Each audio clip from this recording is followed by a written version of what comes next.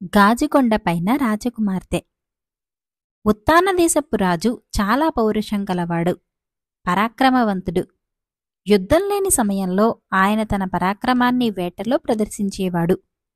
ఇతర వేటగాళ్లలాగా కాక ఆయన భయంకర మృగాలనే వేటాడేవాడు. అలాంటిదే ఒకనాడాయన అరణ్యమంతా గాలించినా ఒక్క ఘాతక మృగం కూడా కనిపించలేదు. చివరకాయన చీకటి పడే వేళకు ఇంటికి తిరిగి వస్తుండగా పొదలలో ఏదో కదిలినట్టు కనిపించింది. రాజా జంతువును తరిమి తన మనుషుల చేత చుట్టుముట్టింపచేసి పట్టుకునేసరికి అది ఒక మరుగుజ్జు అడవి మనిషి. ఆ మనిషికి చింపిరితల, నిడుపైన గెడ్డము ఉన్నాయి. ఆ అడవి మనిషిని రాజు తన ఇంటికి తీసుకువచ్చి అతని కోసం ఒక కిటికీలు లేని గది కట్టించి అన్నం అందించటానికి ఒక కంత మాత్రం ఏర్పాటు చేసి గది తలుపు తాళం వేయించి తాళం చెవి భద్రంగా తన అంతఃపురంలోనే ఉంచి ఈ అడవి మనిషిని ఎవరైతే పారిపోనిస్తారో వారికి మరణశిక్ష విధిస్తాను అని ప్రకటించాడు. కొంతకాలం గడిచాక ఉత్తానదేశపు పొరుగు రాజ్యంపై శత్రువులు దండెత్తి వచ్చారు. ఆ దేశపు రాజు ఉత్తానరాజు సహాయం కోరాడు. ఉత్తానరాజు యుద్ధానికి బయలుదేరిపోతూ అడవి మనిషి ఉండే కొట్టు తాళపు చెవి రాణీకిచ్చాడు. ఆమె ఆ తాళపు చెవిని తన చీర కొంగున ఉండే తాళపు చెవుల గుత్తితో కలిపి కట్టేసింది. ఉత్తానరాజుకు ఒక్కడే కొడుకు. వాడి పేరు ప్రమధ్వరుడు. రాజుకు వాడంటే చాలా ముద్దు. ఒకరోజు ప్రమధ్వరుడు బంతితో ఆడుకుంటూ అడవి మనిషి ఉండే కొట్టం దగ్గరకు వచ్చి బంతిని దాని గోడపై కొట్టడం ప్రారంభించాడు. బంతి ఆ రంధ్రం గుండా లోపలికి వెళ్ళింది. అదే సమయంలో బయటకు వచ్చింది. గది లోపల ఉన్న అడవి మనిషి తనతో ఆడుకోవడానికి సిద్ధంగా ఉన్నాడని తెలిసి మళ్లీ బంతిని విసిరాడు. బంతి మళ్లీ వెనక్కి వచ్చింది. అప్పుడు ప్రమధ్వరుడు మళ్లీ బంతిని విసిరాడు. కాని ఈసారి అది తిరిగి రాలేదు.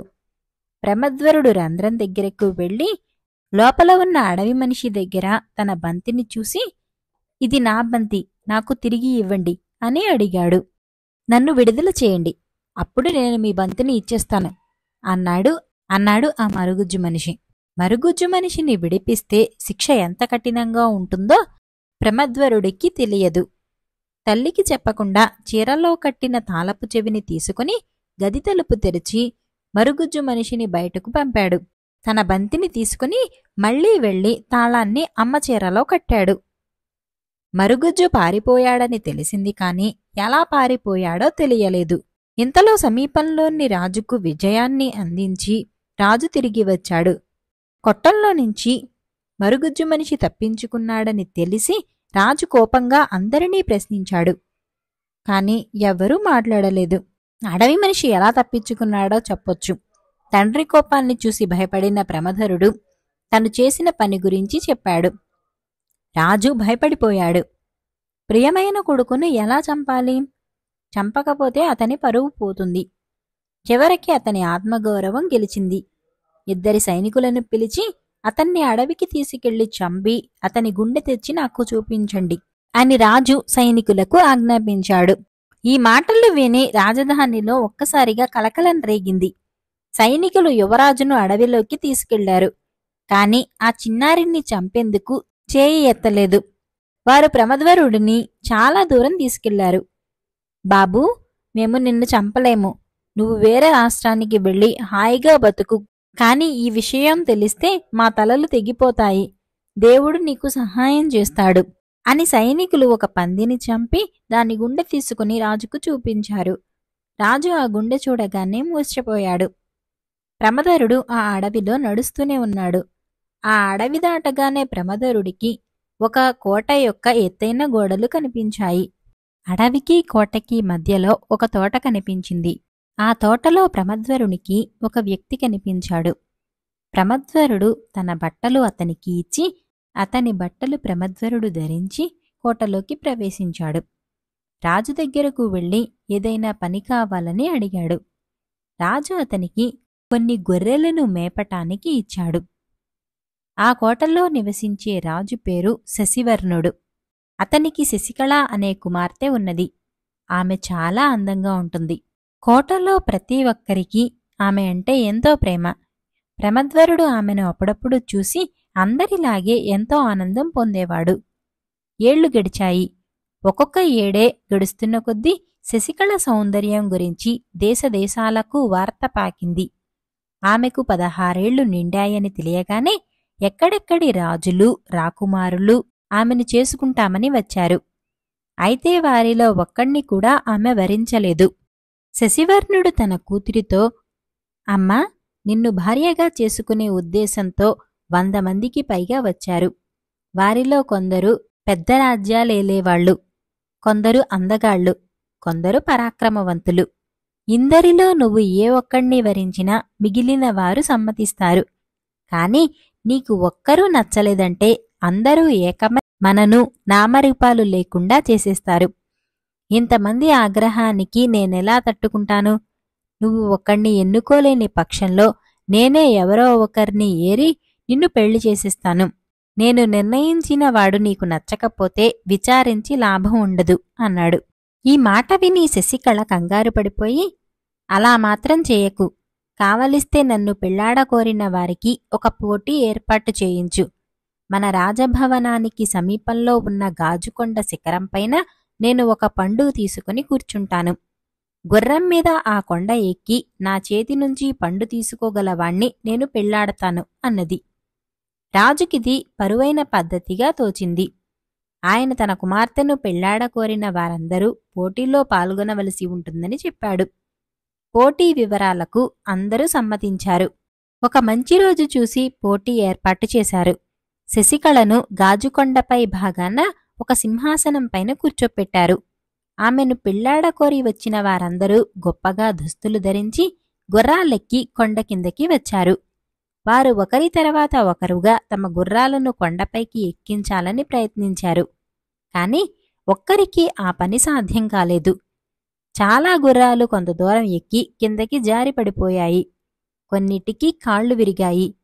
గుర్రాల మీద ఉన్న వారిలో కొందరికి నడుములు కూడా విరిగాయి. వేడుక చూసేవాళ్లు కోలాహలం చేయసాగారు. కోటగోడల వెలుపల గొర్రెలను మేపుతున్న ప్రమద్వరుడి కోలాహలాన్ని విన్నాడు. అతనిప్పుడు యుక్త వయస్కుడు. రాజకుమార్తె శశికళను పెళ్లాడాలన్న కోరిక మిగిలిన వాళ్లకెంత ఉన్నదో అతనికి అంత ఉన్నది. నిజానికి నేను రాకుమారుణ్ణే. మిగిలిన రాజులతో పాటు శశికళ కోసం పోటీ చెయ్యవలసిన వాణ్ణే. కాని ఆ మరుగుజ్జువాడి మూలాన నాకీ దుస్థితి కలిగింది అనుకున్నాడు ప్రమద్వరుడు.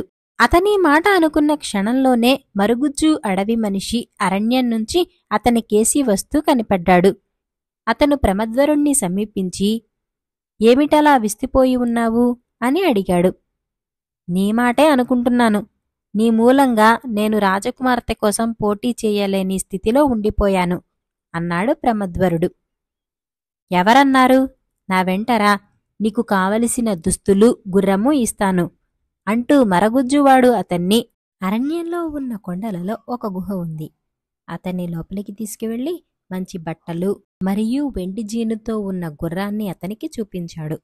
ప్రమద్వరుడు వేషధారణ ధరించి గుర్రంపై స్వారీ చేస్తూ కోటవైపు వేగంగా బయలుదేరాడు. అతను గాజు పర్వతం దగ్గరకు వెళ్ళినప్పుడు ప్రతి రాజు 10 సార్లు ప్రయత్నించి విఫలమయ్యాడు. అందరూ తమ దారిన తాము వెళుతూ ఉండగా మరో యువరాజు ఉన్నాడు. అది రావటం చూసి అందరూ ఆశ్చర్యపోయారు.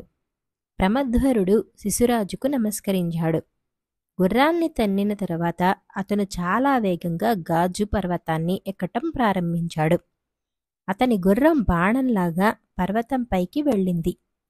అతను గుర్రం దిగగానే యువరాణి సింహాసనం నుండి దిగి అతనికి పండు ఇచ్చింది. ఆ పండును తీసుకుని ఏమీ మాట్లాడకుండా గుర్రం ఎక్కి వేగంగా దిగి అదే వేగంతో కోట దాటాడు. పర్వతం కింద గుమిగూడిన ప్రజలు చప్పట్లు కొట్టడం ప్రారంభించారు. రాజు గంటా ఊదుతూ ఈ విషయాన్ని ప్రకటించాడు. తన కూతురిని పెళ్లి చేసుకునే వ్యక్తి దొరికాడని. శశికళ కూడా పోటీలో గెలిచిన వ్యక్తితో పూర్తిగా సంతృప్తి చెందినట్లు కనిపించింది. ఇప్పుడు పెళ్లి జరగాల్సి ఉంది. కాని పోటీలో విజేత రాజు వద్దకు వచ్చి తన వంశం గురించి, గోత్రం గురించి చెప్పలేదు. రాజు అతని గురించి ఆరా తీశాడు. కాని అతని గురించిన వివరాలు చెప్పిన వారెవరూ లేరు. ప్రమద్వరుడు నేరుగా మరుగుజ్జు గుహలోకి వెళ్ళిపోయాడు. అక్కడ అతను తన బట్టలు తీసివేసి గుర్రాన్ని అక్కడ వదిలి గొర్రెల కాపరి ఇంటికి వెళ్ళాడు. అక్కడ తన బట్టలు వేసుకుని సాయంత్రానికెల్లా గొర్రెలతో కోటకు చేరుకున్నాడు. యువరాణి కోసం పోటీపడిన విజేత రోజూ చూసే గొర్రెల కాపరి అని కూడా ఊహించలేకపోయారు. ప్రమద్వరుడు కూడా తన గురించి ఎవ్వరికీ చెప్పలేదు. ప్రయత్నమంతా వృధా అయినట్లే అనిపించింది. రాజుకి ఏం చేయాలో తోచలేదు. రాజ్యానికి చెందిన యువకులందరూ వచ్చి రాజభవనం ముందు హాజరు కావాలని ఆదేశించాడు. ఈ క్రమంలో రాష్ట్రంలోని నిరుపేదలు, యాచకుల యువత కూడా తరలివచ్చారు. యువరాణి ఒక్కొక్కరిని జాగ్రత్తగా చూసింది. వారిలో పండు తీసుకున్నవాడు లేడు. ఇది చూసిన రాజు తన సైనికులను, సేవకులను కూడా చూడమని యువరాణిని కోరాడు. చివరకు గొర్రెల కాపరులు మిగిలారు. యువరాణి వారిని చూసి ప్రమద్వరుడిని చూడగానే ఇదిగో ఇదిగో అని అరిచింది. మిగతా సేవకులందరూ నవ్వారు. రాజు తన కూతురికి పిచ్చిపట్టిందని అనుకున్నాడు. అయితే కొండ ఎక్కింది గొర్రెల కాపరే అని శశికళ స్పష్టంగా చెప్పింది.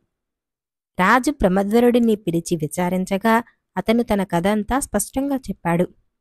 తన కూతురు ఎంపిక చేసుకున్నవాడు యువరాజు అని రాజుకు తెలియగానే అతని గుండెలోని భారం తేలిపోయింది. అతను ఈ శుభవార్తను ఉత్తానదేశపు రాజుకు పంపాడు. ప్రమద్వరుడి తల్లిదండ్రులను పిలిపించి తన కుమార్తె వివాహాన్ని ఘనంగా జరిపించాడు.